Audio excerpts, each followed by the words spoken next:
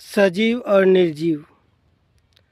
अपने ही शरीर के अंग में जब चोट लगती है तो दर्द महसूस होता है।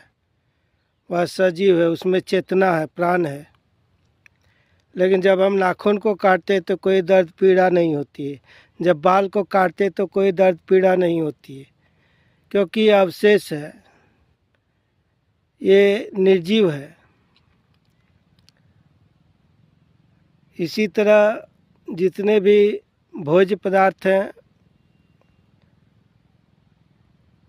वो जो प्रकृति ने दिया है, फल है, सब्जियां है, अनाज है, दूध है, दही है, घी है, मेवा है, मिष्ठान है, वो सब खाद्य पदार्थ है, वो फल है।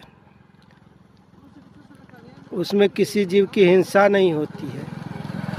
लेकिन जब हम मांस का सेवन करते हैं तो उसमें जीव की हिंसा होती है। जिस जीव को मारा जाता है उसे कष्ट होती है, पीड़ा होती है। लेकिन हम इतने संवेदनहीन हो जाते हैं और निर्दयी हो जाते हैं कि उसे मार कर सिझा पका कर खा जाते हैं।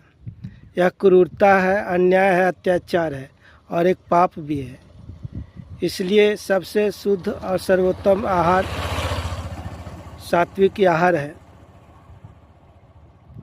जो इतना अनाज है, इतना खाने पीने की वस्तु है, जो ज़िंदगी भर खाते रहेगा आदमी तो ख़त्म नहीं कर पाएगा। और जब क्षुधा ही मिटानी है तो फिर जीव हत्या क्यों?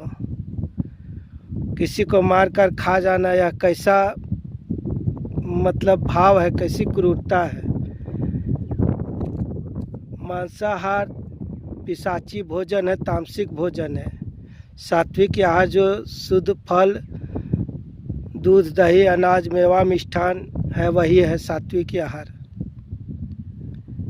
सात्विक आहार, राजसिक आहार और तामसिक आहार, 3 प्रकार के आहार की चर्चा की गई है भगवद गीता में। सात्विक आहार शुद्ध अन्न है। राजसिक आहार थोड़ा चटपटा, तीखा, रूखा, मिर्च मसाला वाला है।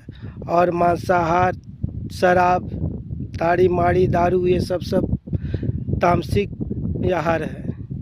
तामसिक आहार से बुद्धि शुद्ध नहीं हो सकती है।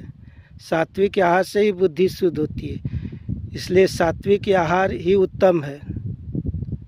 और जो मांसाहार ये सब है वो सब पैशाचिक आहार ही कहा जा सकता है उसको। इसलिए जहाँ तक हो आदमी को बचना चाहिए मांसाहार से।